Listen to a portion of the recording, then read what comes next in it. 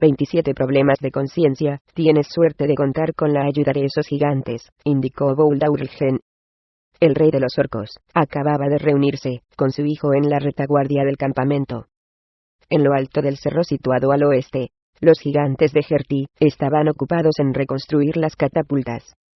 Menos mal que esos gigantes vinieron a tropezarse contigo, repitió Bold. Ni a Urgen ni a Herti se les escapó el sarcasmo palpable en las palabras del rey orco. A todas luces molestó, porque su hijo y la giganta hubieran tomado más de una decisión, sin contar con él. ¿Y qué querías? Que rechazase su ayuda, apuntó Urgen, cuya mirada fue al encuentro de Herti en busca de apoyo. Una ayuda que te iba a venir muy bien para obtener un triunfo en solitario, sin las huestes de Obould, dijo el soberano orco, sin andarse con rodeos. Y sin embargo, a pesar del concurso de esos gigantes de los cielos, los enanos siguen donde estaban. Los desalojaré de lo alto de la montaña, prometió Urgen. Tú harás lo que yo te mande, replicó Bold. ¿Es que quieres negarme esta victoria? Lo que voy a hacer es darte ocasión de participar en un triunfo mucho mayor, contestó Bold. Vamos a acabar con esos malditos enanos de una vez por todas. Lo primero que haré será duplicar tus fuerzas con buena parte de mis efectivos, sin que los enanos se enteren. Una vez hecho esto, Herti y yo nos dirigiremos al suroeste y marcharemos sobre el valle. Entonces, tú te lanzarás al ataque final contra los enanos. Cuando se vean obligados a descender por el precipicio, los atraparemos entre dos fuegos. Su mirada fue de Urgen a Herti, que estaba visiblemente contrariada y perpleja. Es verdad que esos enanos tendrían que haber sido desalojados de la montaña mucho tiempo atrás, concedió la giganta, mirando a Urgen. ¿Cómo se explica semejante retraso? Hace un par de días, las catapultas ya estaban dispuestas para el asalto final cuando de repente el enemigo dio un inesperado golpe de mano, informó Urgen con la rabia pintada en el rostro. Tus gigantes no supieron hacer frente a los enanos, que finalmente consiguieron destruir las catapultas. No volverá a suceder. Sin embargo, me han llegado rumores de que los enanos han reconquistado los túneles situados bajo las catapultas, recordó Herti. Cierto, reconoció Urgen, pero mejor para nosotros.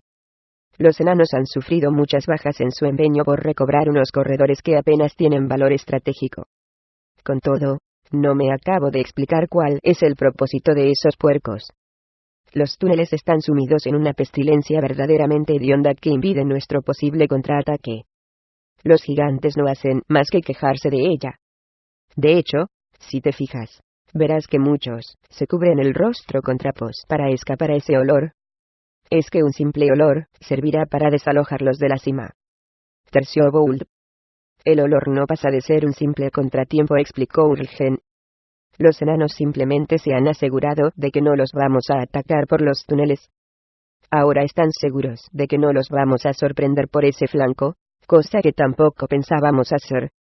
Su conquista de los túneles no les va a servir de nada en absoluto. Obould entrecerró sus ojillos porcinos y contempló el cerro con detenimiento. A lo que parecía, la construcción de las catapultas estaba casi ultimada. Mis muchachos y yo vamos a emprender la marcha de 10 millas que nos llevará al oeste del valle, indicó el rey orco. Cuando oigáis que nos estamos acercando por el suroeste, lanzaos a un asalto frontal. Los enanos no tendrán más remedio que retirarse precipicio abajo, momento en que serán aniquilados por mi ejército, emboscado en el valle. Mitrilaj jamás se recuperará de este golpe.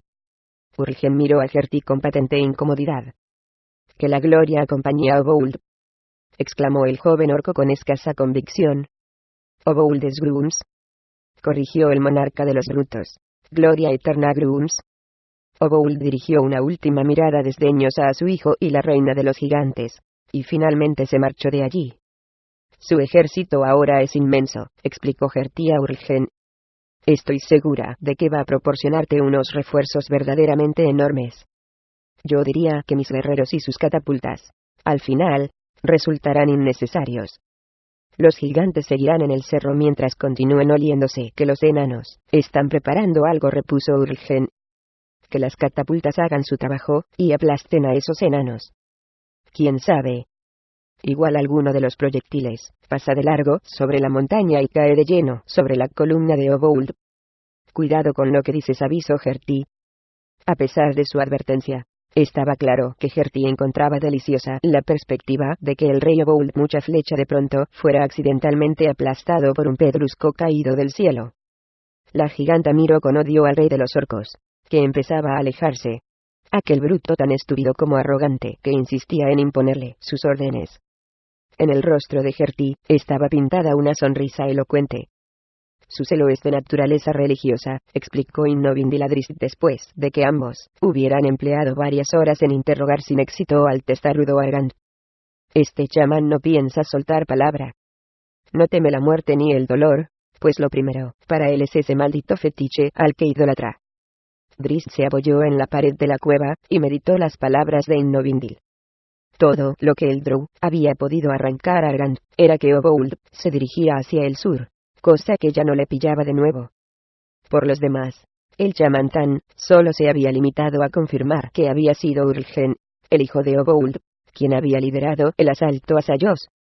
Según parecía, Urlgen en aquel momento estaba combatiendo a una columna de enanos al norte de Mithril. ¿Estás preparado para marchar al sur?, le preguntó Innovindil en ese instante. ¿Estás preparado para reunirte con los enanos supervivientes de Mithril y confirmar tus temores? Drizzt se frotó la cara con las manos. Su mente revivió aquella imagen terrible, la del torreón de Wittegro desplomándose en ruinas. El Drow sabía bien lo que le dirían cuando llegara a Mithril. Algo que no quería oír. Dirijámonos al sur, pues se dio finalmente. Tendremos que vernoslas con ese maldito rey Obould, aunque solo sea porque es nuestro deber recobrar el Pegaso de Tarathiel, una montura sobre la que pienso cabalgar cuando llegue el momento de propinarle su merecido a Obould. Con una sonrisa en los labios, Innovindil asintió con la cabeza. Drizzt desvió la mirada hacia el chamán, que se encontraba en un extremo de la cámara subterránea. ¿Qué hacemos con ese?, preguntó. Si lo llevamos con nosotros, está claro que retrasará nuestra marcha. Sin decir palabra, Innovindil echó mano a su arco y se dirigió hacia el chamán. Innovindil, preguntó Drizzt. La elfa insertó una flecha en su arco. Innovindil. Drizzt dio un respingo cuando su compañera disparó a Argant 1, 2, 3 flechazos. Me he mostrado muy compasiva, su muerte ha sido rápida y limpia, dijo ella en tono impasible. La nuestra no lo habría sido, si el enemigo nos hubiera capturado. Un débil gemido llegó del interior de la cueva. Sin decir palabra, Innovindil dejó su arco, echó mano a su liviana espada, y se adentró en la cámara subterránea. Drizzt no las tenía todas consigo. En aquel momento, pensó en un goblin a quien había conocido tiempo atrás, un esclavo a quien su dueño humano castigó y mató por error. Pero el Drow desechó enseguida tal comparación. El chamán que habían capturado nada tenía que ver con aquel goblin. Fanático seguidor de una deidad maligna y repugnante, el chamán orco había vivido por y para la destrucción, el pillaje y la conquista. Drizzt entendía que Innovindil tenía toda la razón del mundo al insistir en que se había mostrado compasiva con Argant. Drizzt empezó a recoger sus cosas. Había llegado el momento de dirigirse al sur. Ojalá no fuera demasiado tarde. Sentado en la oscuridad, Regis estaba hablándole de los viejos tiempos a su amigo Bruenor, de los años transcurridos en el Valle del Viento Helado, de las numerosas veces que Bruenor lo había sorprendido pescando, o más bien, dormitando mientras fingía que pescaba en la orilla del lago Maer Dualdón. Regis recordó los sarcasmos que el enano solía dirigirle en tales ocasiones. Si será posible. Ni para pescar tienes energía. Una sonrisa se pintó en el rostro del Alflin al recordar que Bruenor con frecuencia terminaba por sentarse a su lado, para que aprendas a pescar de una maldita vez. Los buenos viejos tiempos en el Valle del Viento Helado. Bruenor seguía vivo. Regis intuía que Cordio y Stumpet continuaban visitándolo por las noches, empeñados en prolongar su vida mediante conjuros y plegarias. Estaba claro que no iban a cumplir sus órdenes, y su propia condición de regente temporal no le dejaba mucho margen de maniobra en su relación con dos de los principales sacerdotes de Mithril. En cierta forma, Regis lo prefería así. No tenía el valor necesario para insistir una vez más en que dejaran morir al rey Bruenor.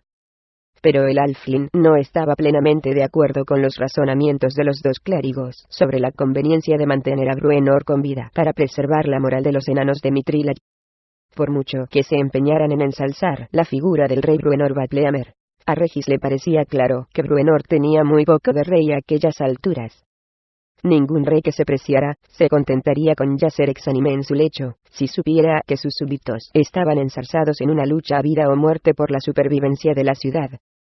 Tiene que haber una solución, murmuró Regis. Sentado en el sillón, el Alfling fijó la mirada en la oscuridad. Tenía que haber una alternativa. Regis se puso en pie de un salto cuando de pronto creyó haber encontrado una inspiración. El Alfling pensó en cuanto Cordio y Stumpet le habían dicho. También meditó sobre su viejo amigo Bruenor, sobre su orgullo y su testarudez, su lealtad y su generosidad. Sentado en la oscuridad, Regis finalmente dio con una respuesta que contentaba a su mente tanto como a su corazón. Presa de una nueva determinación, Regis, el regente de Mithril, salió corriendo de la estancia. Tenía que hablar con Cordio Carabollo.